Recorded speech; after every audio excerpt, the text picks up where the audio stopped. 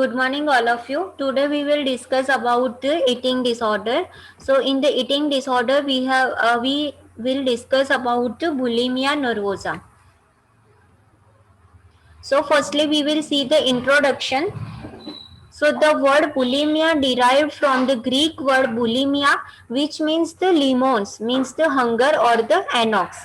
People with the bulimia are preoccupied with their weight and the shape. They often live in a secret world of shame, self disgust, and the whole and whose behavior is embarrassing and socially unacceptable. It commonly begins in the late adolescence or early adulthood. It is a serious, potentially life-threatening condition.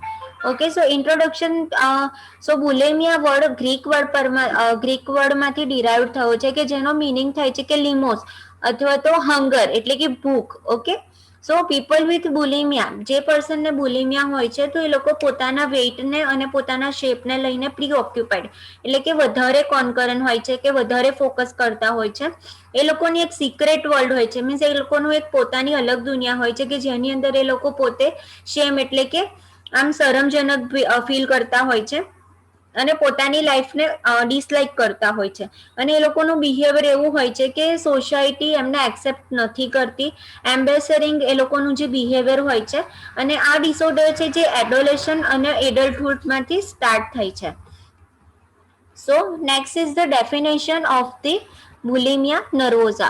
So an eating disorder characterized by the episode of recurrent binge chaotic eating of large quantities of food within a short time, followed by the intentional purging in the form of including vomiting, inappropriate use of laxatives, enemas, diuretics, or other medication, or by doing excessive physical exercise.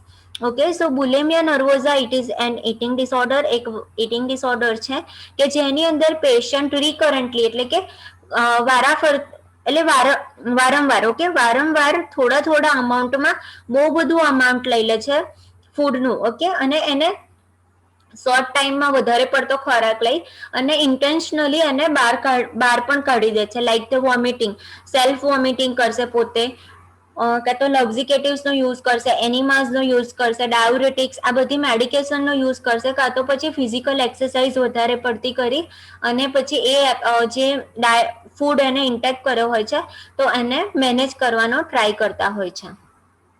So bulimia nervosa. So bulimia nervosa is characterized by the episode of the binge eating followed by feeling of guilt and the depressed. Okay, so patient વધારે પડતું binge એટલે કે વધારે પડતું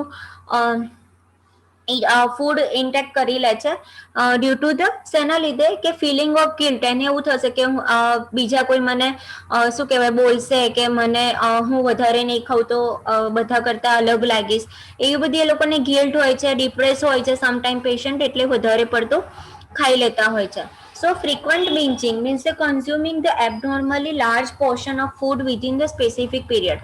Okay, જે આપણે સમ period હોય like 1 અવરના ગેપમાં પણ એ પર્સન બહુ બધી અમાઉન્ટમાં ફૂડ કન્ઝ્યુમ કરી લેશે.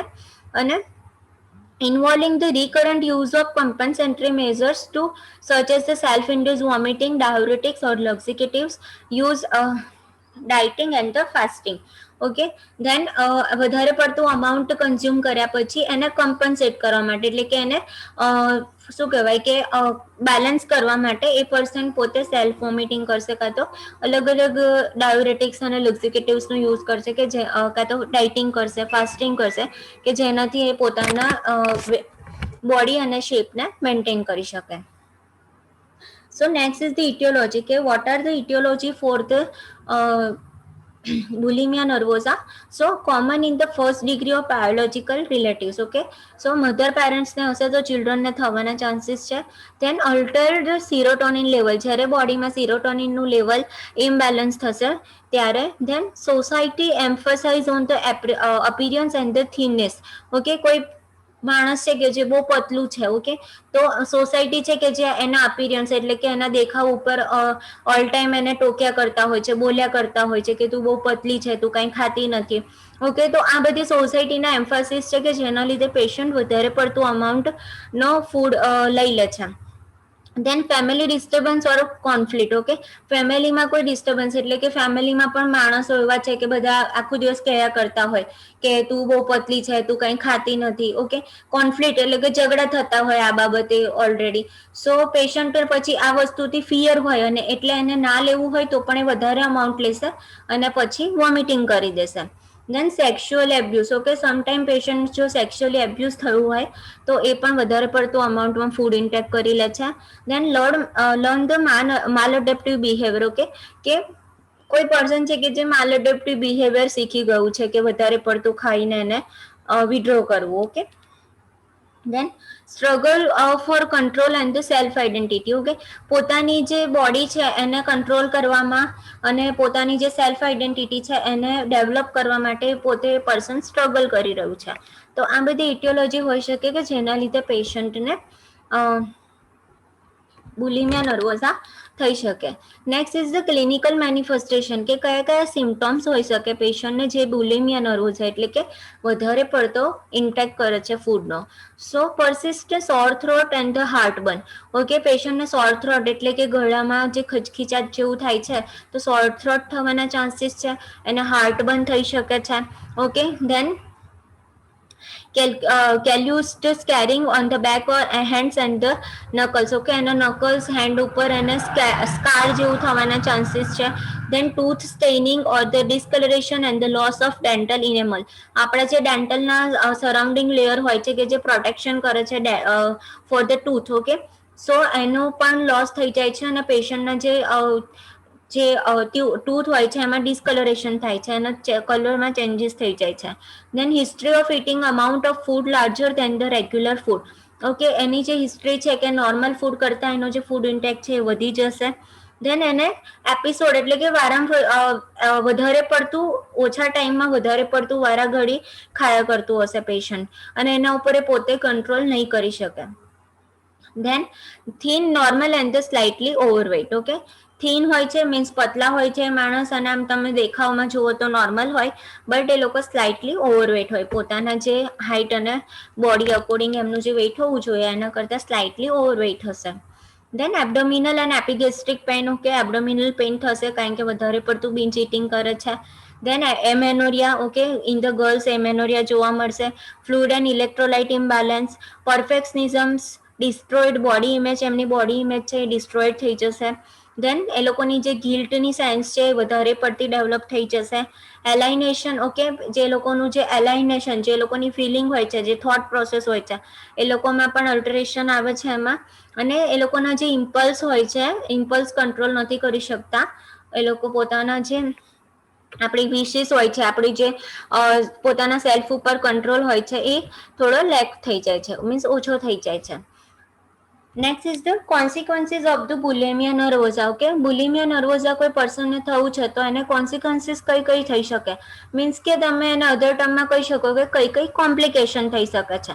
સો માલન્યુટ્રિશન. ઓકે, પેશન્ટ માલન્યુટ્રિશન થઈ શકે છે. Electrolyte imbalance, hyponatraemia, oesophageal reflux, peptic ulcer and the pancreatitis એટલે કે inflammation and infection of the પેન્ક્રિયાસ.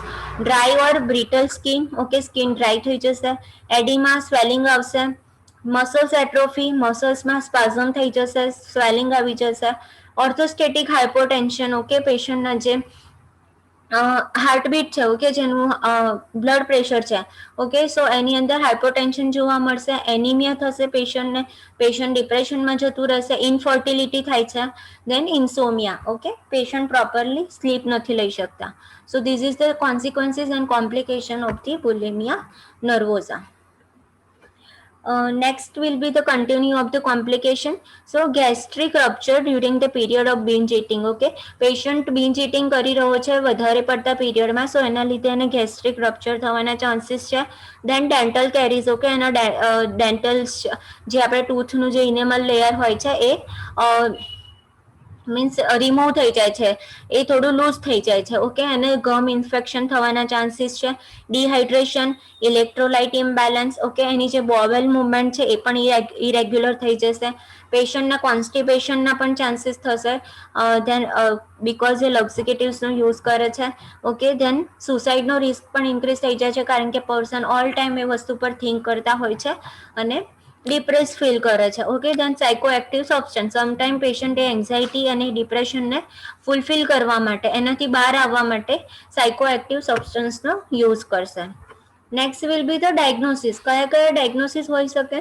So rule out the upper gastrointestinal disorder. Okay, જે અપર જીઆઈ ટ્રેકના જે ડિસઓર્ડર્સ છે એના માટે આપણે પેશન્ટને પ્રોપરલી અસેસ કરવાનું છે કે એમને કોઈ ગેસ્ટ્રોઇન્ટેસ્ટાઇનલ ડિસઓર્ડર નથી થયું, ઇન્ફેક્શન તો નથી થયું ને.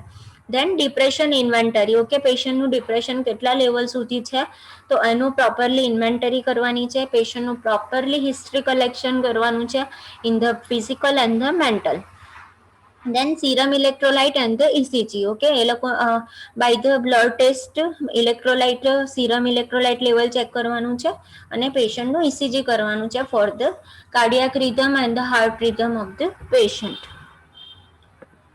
Next is the treatment. Okay, so તમે પેશન્ટને ટ્રીટમેન્ટ કઈ આપી શકો જેને બુલિમિયા નર્વોસા છે? તો સાયકોથેરાપી પ્રોવાઈડ કરી શકો છો, TCA tricyclic amino anti depression and the SSRI. Okay, selective serotonin reuptake inhibitors, self-help group. Okay, and the hospitalization. This is the method for the treatment. And the next is the nursing diagnosis. What are the nursing diagnosis for the bulimia nervosa?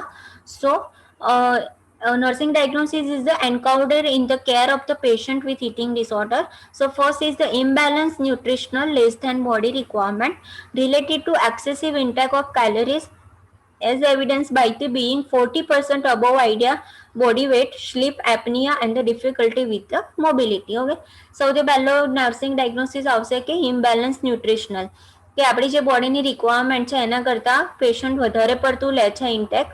Okay, સો જે imbalance થઈ જશે આપણું nutritional level. Then second diagnosis will be the body image disturbance related to the fear of weight gain. Okay, જે પેશન્ટની body image હશે એટલે કે એનો જે બોડીનો શેપ હશે એ પણ ડિસ્ટર્બ થઈ જાય છે. શેના રિલેટેડ? બીકોઝ પેશન્ટનું વેઇટ ગેઇન થઈ રહ્યું છે. Then third will be the fluid volume deficient related to purging as evidence by the weakness. Okay, third diagnosis કે ફ્લુઇડ વોલ્યુમ એનું ઓછું થઈ જશે બીકોઝ પેશન્ટ પોતે બિન્જ ઇટિંગ કરે છે અને એના પછી પોતે સેલ્ફ વોમિટિંગ કરે છે. ઓકે, સો એના લીધે એનું જે ફ્લુઇડ હશે એ ઓછું થઈ જશે બોડીમાં. ધેન એન્ઝાઇટી થશે પેશન્ટને. So anxiety related to fear of weight gain. Okay, પેશન્ટને વધારે પડતું ખાશે એટલે એને વેઇટ ગેનનો ફિયર હશે, એના લીધે પેશન્ટને એન્ઝાઇટી થાય છે. then ineffective individual coping related to rumination. okay, so patient પોતાની જે ઇન્ડિવિજ્યુઅલ પોતાની સેલ્ફ સાથે કોપિંગ નથી કરી શકતો, એના લીધે એની કોપિંગ મિકેનિઝમ એ પણ ઇનઇફેક્ટિવ એટલે કે ઓછી થઈ જશે. બધી વસ્તુ સાથે પોતાની જે ફિલિંગ છે, પોતાની જે ગિલ્ટ છે, પોતાનો જે ફિયર છે એના લીધે કોઈ પણ સિચ્યુએશન સાથે ઇઝીલી કોપઅપ નહીં કરી શકે.